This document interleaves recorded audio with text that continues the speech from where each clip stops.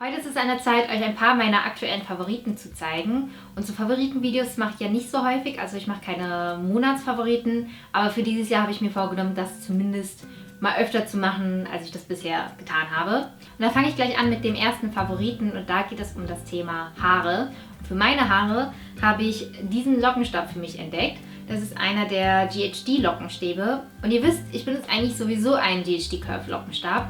Meiner ist aber eigentlich spitz zulaufend und das ist jetzt der, den meine Schwester sonst immer benutzt hat. Sie hat den mit der Klammer und der so gleichmäßig dick verläuft.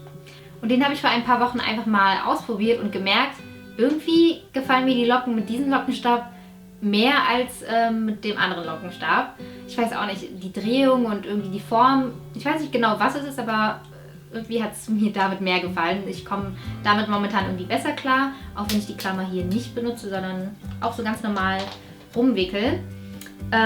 Ja, also das ist auf jeden Fall ein Favorit von mir und ich kann euch dazu ein super tolles Tutorial verlinken, das meine Schwester mit diesem Lockenstab gemacht hat. Also schaut ruhig in der Infobox rein.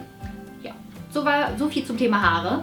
Weiter geht's mit Gesichtspflege und da habe ich einen Favoriten, den ich eigentlich schon sehr, sehr lange in Benutzung habe, aber erst in letzter Zeit wieder regelmäßiger benutze. Und zwar ist das Midnight Recovery Concentrate von Kiehl's, also das Gesichtsöl.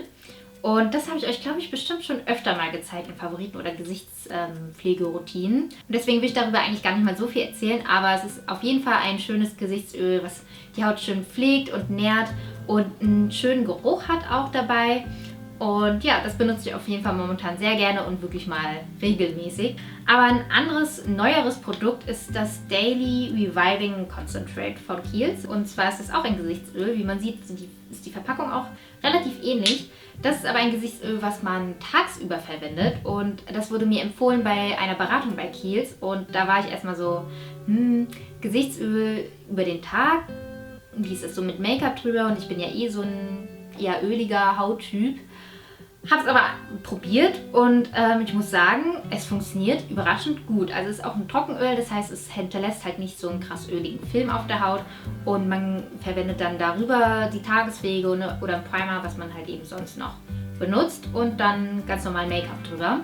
Und irgendwie war das echt ganz angenehm. Es war alles sehr leicht dann einzuarbeiten, weil das schön, ja nicht ölig, aber so geschmeidig war, so nenne ich es jetzt mal. Und es war nicht öliger als sonst auf der Haut. Also eher schön gepflegt, mit Feuchtigkeit mit Feuchtigkeit versorgt und ja, auf jeden Fall überraschend. Und das Gute bei Gesichtsölen ist, dass man kann so viel verwenden und es wird einfach nie leer sein irgendwann. Also das hier benutze ich auch richtig oft und es ist gerade mal bis hier. Als nächsten Favoriten habe ich wieder ein Tool und zwar ist das diese Gesichtsbürste von Philips, die heißt Visapure Advanced und das habe ich auf einem Event während der Fashion Week bekommen und bin super happy damit und ich finde auch das Design ganz hübsch mit dem Roségold und ja, ihr seht schon, das ist so eine elektrische Gesichtsbürste. Das heißt, ich benutze sie für die Gesichtsreinigung und dabei rotiert dann dieser Bürstenkopf und das soll eben gründlicher sein, als wenn man die Haut mit den Fingern reinigt. Macht auch irgendwie Sinn, weil die Borsten einfach also ein bisschen feiner sind als Finger, aber auch nicht zu krass sind, sodass sie die Haut total reizen oder so.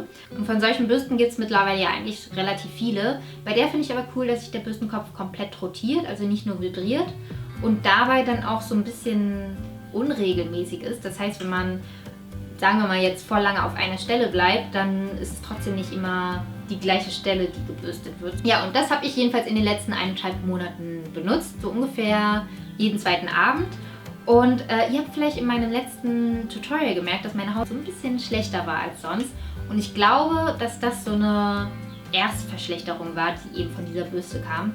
Weil wenn man so damit anfängt, dann kommt meistens erst schlechte Haut an die Oberfläche hervor und danach hoffentlich schönere Haut. Und ich glaube, so langsam kommt die schönere Haut bei mir durch. Also ich habe das Gefühl, die Haut wird dadurch einfach so ein bisschen feiner. Ja, und irgendwie macht es auch Spaß, sich das Gesicht mit dieser Bürste zu reinigen.